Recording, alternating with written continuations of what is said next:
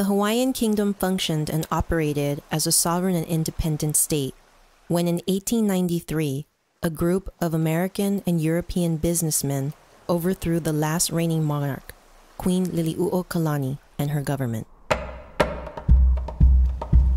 The success of the coup efforts were supported by the landing of U.S. Marines, who came ashore at the request of the conspirators. To the superior force of the United States of America, Queen Lili'uokalani yielded her authority, under protest, in order to avoid bloodshed, trusting that the U.S. government would right the wrong that had been done to her and the Hawaiian people. The Queen was arrested for alleged knowledge of a counter-revolution by Hawaiian royalists. She endured a humiliating public trial and was imprisoned at Iolani Palace under house arrest until all restrictions were lifted. The machinery of the Hawaiian government was now in the hands of the provisional government led by the conspirators, who later became known as the Republic of Hawaii, before annexation to the United States in 1898. The overthrow of the Queen and her government and the imposition of the Republic of Hawaii was contrary to the will of native Hawaiians. The people staged mass protests and petitioned against annexation. In 1993, 100 years after the overthrow, U.S. Congress adopted the Apology Resolution, signed by President Bill Clinton, acknowledging that the overthrow of the Kingdom of Hawaii occurred with the active participation of agents and citizens of the United States, and further acknowledging that Native Hawaiians never directly relinquished to the United States their claims to their inherent sovereignty as a people over their national lands.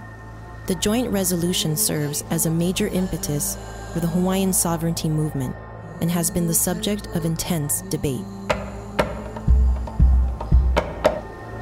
The overthrow and annexation of the Hawaiian Islands remains a dark moment in U.S. history.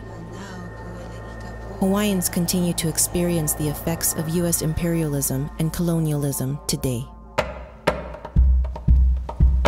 Aloha, my name is Chris Kamana, and we're here at Pu'uhonua now, and I'm here to bring this message to you.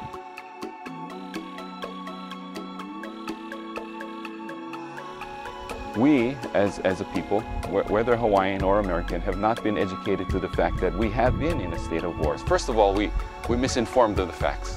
We've had no idea that we're in a state of war, and therefore we don't know how to act, under this condition of war. It has led to a lot of fighting and bickering over land issues, who has the rights to land, or all kinds of issues, economic issues. The politics of the day, instituting what seemed to be correct measures to resolve the problem. But instead, the final outcome of those measures, it creates more dissension, more conflict, more division amongst the people themselves. And so the trickle-down effect has been a loss of identification of who we truly are. And although we always talk about culture and traditional and connection, we forget that the essence of our culture was spiritual first. The Ha, or the breath of life, is the essence of life that unifies us all.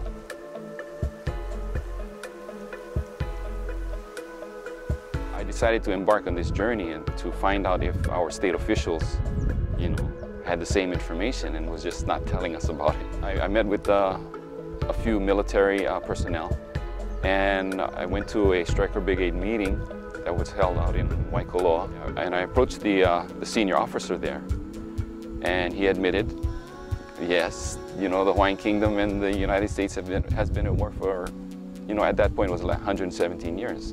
But we did get into a fairly lengthy conversation dealing with all the facts. He eventually got to the point where he had admitted to myself that the only way to settle the terms and stipulations of this wartime convention was to talk to the president himself.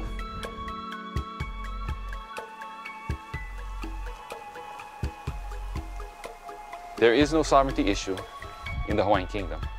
The sovereignty issues that we experience are issues developed within the state of Hawaii.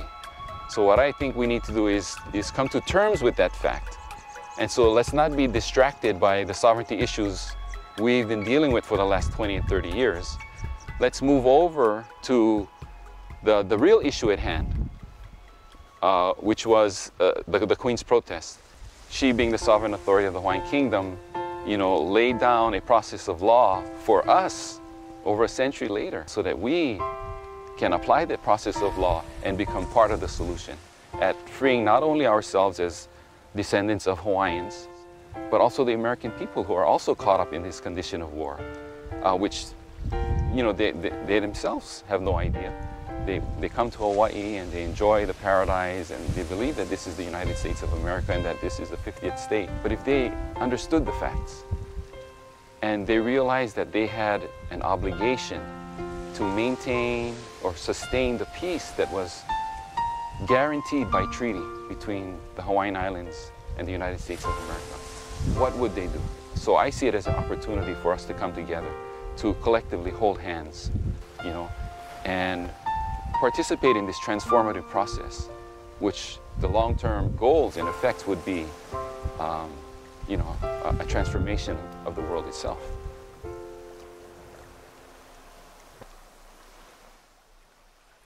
So I sat up in bed one morning and I thought, geez, I think this would be a great opportunity for people to collectively come together. But the term Breathe Hawaiian, came to mind. And I thought it would be a very appropriate mechanism for people, American, Hawaiian, Japanese, from whatever part of the world, whatever, foreign state that they could be involved in. I saw the involvement of artists, musicians, poets, and storytellers. The bringing together of all these individuals would be a beautiful start to initiate this Breathe Hawaiian movement, which would be dedicated towards the restoration of peace in the Hawaiian Islands and throughout the world. The breath of Ha is in all of us. So if the purpose for this work is to bring to the consciousness of mankind the Ha breath which unites us all, then I see us only succeeding. Be able to express yourself. The highest expression of yourself is the highest exercise of your spiritual beingness. And I think that's where it begins.